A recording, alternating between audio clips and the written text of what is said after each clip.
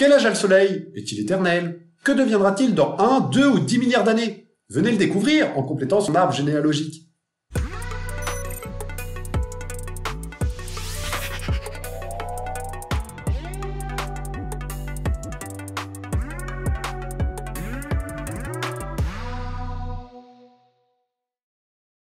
Bonjour à tous, c'est Romain du Parc aux Étoiles. Dans cette vidéo, je vous propose de nous intéresser au Soleil au fil du temps. Pour cela, nous allons réaliser une frise chronologique pour revenir sur les moments clés de notre étoile et explorer son futur. Pour l'activité d'aujourd'hui, vous allez avoir besoin du matériel suivant. Le document en PDF à télécharger sur le site internet du Parc aux Étoiles et à imprimer. Ou une feuille de papier et des crayons. Vous avez tout le matériel? Alors c'est parti! Pour commencer l'activité d'aujourd'hui, découvrons le support que nous allons utiliser. Il est composé de deux parties. En haut, la frise chronologique du Soleil, de sa formation à sa transformation en naine noire. En bas, le cycle de vie des étoiles pour comprendre comment nous en sommes arrivés à la formation du Soleil il y a environ 4,5 milliards d'années. Ici tout à gauche de la frise chronologique, nous avons un premier point avec la représentation d'une nébuleuse. Une nébuleuse, c'est une pouponnière d'étoiles.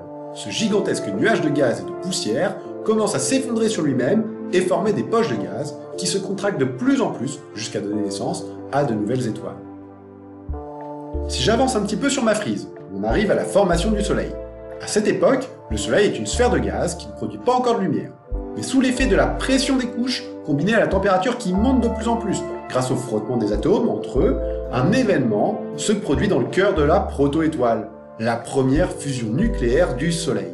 Les atomes d'hydrogène, un gaz très simple, commencent à fusionner pour donner naissance à un nouvel élément, l'hélium. Le Soleil passe donc de proto-étoile, un prototype ou début d'une étoile, à une véritable étoile. Comme il chauffe de plus en plus, pour atteindre sa température actuelle, il est probable que notre étoile soit passée par le rouge et le orange avant de devenir une étoile jaune. J'avance à nouveau sur la frise, je tombe sur trois images identiques. Le Soleil sous sa forme actuelle de naine jaune. C'est ce que l'on nomme la séquence principale de l'étoile. Il s'agit de la période pendant laquelle le Soleil va fusionner des gaz dans son noyau pour former de nouveaux éléments. Un peu plus loin, on arrive sur la géante rouge. Il s'agit du début de la fin de notre étoile. Dans le noyau du Soleil, rien ne va plus. L'hydrogène est trop rare pour qu'il puisse l'utiliser afin de réaliser la fusion nucléaire. Le Soleil s'attaque alors à l'hélium. Mais il rencontre des difficultés à le fusionner. Son noyau se contracte et les couches supérieures se mettent à gonfler. Finalement, le Soleil stoppe les mécanismes de fusion. On passe au stade de nébuleuse planétaire, les couches de gaz supérieures de l'étoile sont libérées dans l'espace, formant un disque ou une sphère de gaz entourant les restes du noyau du Soleil. Celui-ci va refroidir peu à peu en formant une naine blanche. Si on attend suffisamment longtemps, on passera au stade de la naine noire, quand le Soleil cessera de rayonner et qu'il aura libéré dans l'espace toute sa chaleur. Sur votre frise, vous avez dû voir qu'il manque des dates. Nous allons donc renseigner ces éléments en repartant de la gauche. Premier point à dater, c'est la formation du Soleil. Cet événement s'est passé il y a environ 4,5 ou 4,6 milliards d'années dans le passé. Nous pouvons donc noter moins 4,5 MA sur le trait.